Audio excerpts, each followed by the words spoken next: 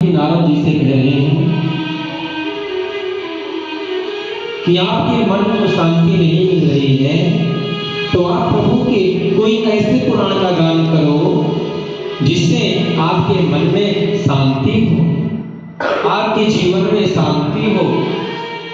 क्योंकि जब तक आप प्रभु के भक्तों का गान नहीं करेंगे, प्रभु के चरित्रों का गान नहीं करेंगे, प्रभु के लीलाओं का गान नहीं करेंगे, तब तक आपके जीवन में, आपके मन में शांति नहीं मिल सकती। प्यारे नारद जी कहते हैं, दूसरों की तो बात छोड़ो, मैं आपको अपनी बात बता रहा हूं, मैं आपको अपनी बात बता रहा हूं। व्यास जी कहते हैं, क्या नारद जी?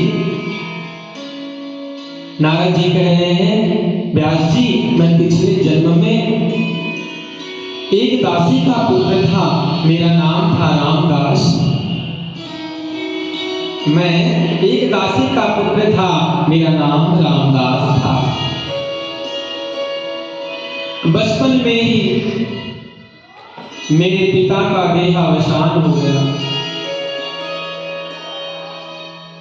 मैं छोटा सा था, मेरे पिताजी का देहावसान हो गया। मेरी माँ कैसे भी मुझे पालती पोसती थी। एक बार की बात है कि एक आश्रम में चातुर्मास का समय था, सभी संत आ रहे थे।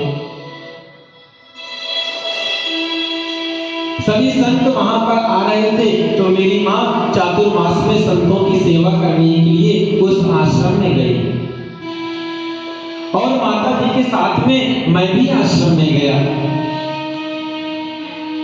और उस आश्रम में साफ सफाई होती, तो मैं भी छोटा सा था और मैं भी अपने सामर्थ्य के अनुसार मैं भी साफ सफाई करता।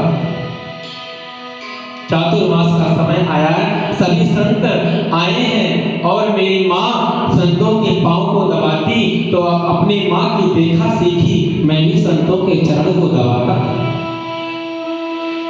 मेरी माँ संतों की झूठी पत्तलों को उठाती, तो मैं भी संतों के झूठी पत्तलों को उठाता। जैसे मेरी माँ करती वैसे मैं भी करता। व्यास जी, मैं आपको बताऊं, जो संत भोजन करते थे, जब संत भोजन करके उठ जाते थे, तब उनके पत्तल में जो सीख बची रहती थी, जो भोजन जूठन बचा रहता था, मैं उनको एक डोली में करके उसे बड़े प्रेम से पाता। वो भोजन करने से, संतों का जूठा खाने से मेरे सारे पाप नष्ट हो गए। मैं संतों से एक दिन कहा कि बाबा जी, मैं भी आपके साथ चलूंगा और भजन करूंगा। ये बात जब नारद जी की पत्नी, नारद जी की माँ को पता चली, जब उनकी माँ की आंखों में आंसू आ गया और दौड़ी दौड़ी संतों के पास जाती है और कहती है, बाबा जी, मेरे पुत्र को अपने साथ मत ले जाना, क्योंकि मेरा पति तो पहले ही गुजर गया है और मैं इसी के सहारे जी रही हूँ। अगर इसको भी आप लेकर चले जाओगे तो मैं जीते जी मर जाऊंगी। बाबा जी, मेरे पुत्र को मत ले जाना।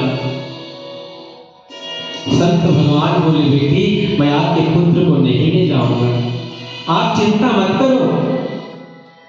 चातुर्मास का समय पूर्ण हुआ है, सभी संत आश्रम से जाने लगे। रामदास कहता है कि बाबा जी, मैं भी चलूंगा, मैं भी चलूंगा आपके साथ, मैं भी चलूंगा, भजन करूंगा। तब संत भगवान समझाते हैं, बेटा रामदास, अभी तू छोटा सा है, अभी तू अपने माँ का सहारा है। जब तेरी माँ शरीर को छोड़ देगी ना, तब तू जंगल को उत्तर दिशा की ओर चले आना और प्रेम से भगवान का भजन करना। तब तक मैं आपको एक मंत्र देता हूं, इस मंत्र का जाप करते रहना। और जब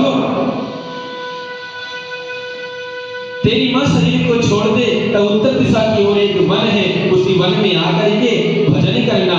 सारा विधि विधान और मंत्र का नाद में फूंक करके नारद जी के संत भगवान वहां से चले गए। संत भगवान वहां से गए हैं और रामदास और उसकी मां भी अपने घर को चले आए। अब रामदास बैठा रहता है दिन रात सुबह शाम उसी मंत्र का जाप करता रहता, उसी मंत्र का जाप करता रहता। माँ तो घबरा जाती, कहीं मेरा बेटा संत ना बन जाए, कहीं मेरा बेटा बाबा जी ना बन जाए, मुझे छोड़कर ना चला जाए। वह हर वक्त कहती रहती है, बेटा रामदास तू कहाँ है, बेटा रामदास तू कहाँ है, बेटा रामदास तू कहाँ है। क्या है, संसार की माँओं का यही हाल है। अपने बेटे को लोग डीएम बनाने को सोचते हैं, एसपी बनाने को सोचते हैं, डॉक्टर बनाने को सोचते हैं, इंजीनियर बनाने को सोचते हैं, लेकिन संत बनाना कोई नहीं चाहता है। भगवान के चरणों में अपने बच्चों को कोई नहीं लगाना चाहता है। यही इस संसार की औरतों का भी यही हाल है। रामदास की माँ कहती, बेटा रामदास तू कहाँ है, तू कहाँ है, कहीं जाना मत मुझे छोड़ करके। रामदास भजन करते रहते, तब में भजन में डिस्टर्ब होता। तो रामदास एक दिन मन में सोचे, प्रभु एक काम करो, मेरी माँ को आप उठा लो, मेरी माँ मर जाए और मैं प्रेम से आपका भजन करूं, क्योंकि भजन करने में मुझे डिस्टर्ब करती है, मैं भजन नहीं कर पाता इसकी वजह से, इसको मार दो। रामदास ऐसा कह नहीं रहे थे कि गोधूली बेला का समय था। रामदास की माँ गोदोहन के लिए जा रही थी और उसी घास में सर्प बैठा था। सर्प माँ को काट लिया और माँ का गोविंदाय नमो नमः हो गया। माँ मर गई। नारद जी के एक आंख से गर्म आंसू निकल रहे हैं, एक आंख से ठंडे आंसू निकल रहे हैं। गर्म आंसू इसलिए निकल रहे हैं कि आज मेरी माँ मुझे छोड़ करके चली गई। अरे प्रभु मैं तो कहा था बस। और एक आंख से ठंडे आंसू निकल रहे हैं। क्यों? क्योंकि ये खुशी के आंसू हैं, क्योंकि अब मैं भगवान का प्रेम से भजन करूंगा, कोई रोका टोकी नहीं होगी। ठंडे आंसू इसलिए निकल रहे हैं कि प्रभु का प्रेम से भजन करूंगा। गर्म आंसू इसलिए निकल रहे हैं कि आज मेरी माँ मुझे छोड़ करके चली गई। इस संसार में मेरा कोई नहीं है, मैं अनाथ हो गया। माँ का क्रिया संस्कार रामदास जी ने किया और रामदास संतों के वचनानुसार कहाँ चले गए? उत्तर दिशा की ओर जंगल में, और वहीं पर सरोवर में स्नान करते और जो संतों की बताई हुई विधि थी, संतों की बताया हुआ मंत्र था, उसी मंत्र का जाप करते, उसी मंत्र का जाप करते। तो एक बार क्या हुआ, प्रभु की निर्मल झांकी स्फुटित हुई। प्रभु की निर्मल झांकी नारद जी के अंतर आत्मा में स्फुटित हुई, लेकिन फिर वो देखते देखते छुप गई। नारद जी रोने लगे, खूब देर देर से नारद जी रो रहे, प्रभु आप कहाँ चले गए, आप कहाँ चले गए, मुझे दर्शन दो प्रभु, मुझे दर्शन दो।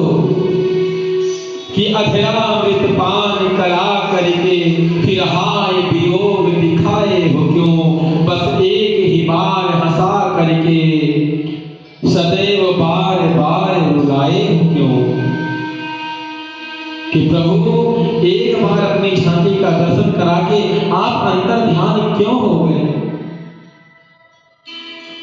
तभी आकाशवाणी हुई, रामदास अभी तेरे कुछ पाप शेष बचे हैं, जब वो तेरे सारे पाप भजन के माध्यम से नष्ट हो जाएंगे तब तुझे प्रभु का दर्शन हो जाएगा। आज हम लोगों को प्रभु का दर्शन क्यों नहीं? आज हम लोगों के ऊपर प्रभु की कृपा क्यों नहीं है? क्योंकि हम भजन करना छोड़ दिए। भजन करने से हमारे अंतरात्मा के धीरे धीरे धीरे धीरे सारे पाप नष्ट हो जाते हैं और बुद्धि निर्मल हो जाती है, क्योंकि प्रभु भी उसी को मिलते हैं। निर्मल मन जन सो मोहि पावा, मोहि कपट छल छिद्र न भावा। जिसका मन, जिसका बुद्धि निर्मल होती है, प्रभु उसी को मिलते हैं। नारद जी का जब मन निर्मल हो गया, बुद्धि निर्मल हो गई, तब प्रभु प्रकट हो गए और नारद जी को गले से लगा लिए हैं। बोलो वृंदावन बिहारी लाल की। नारद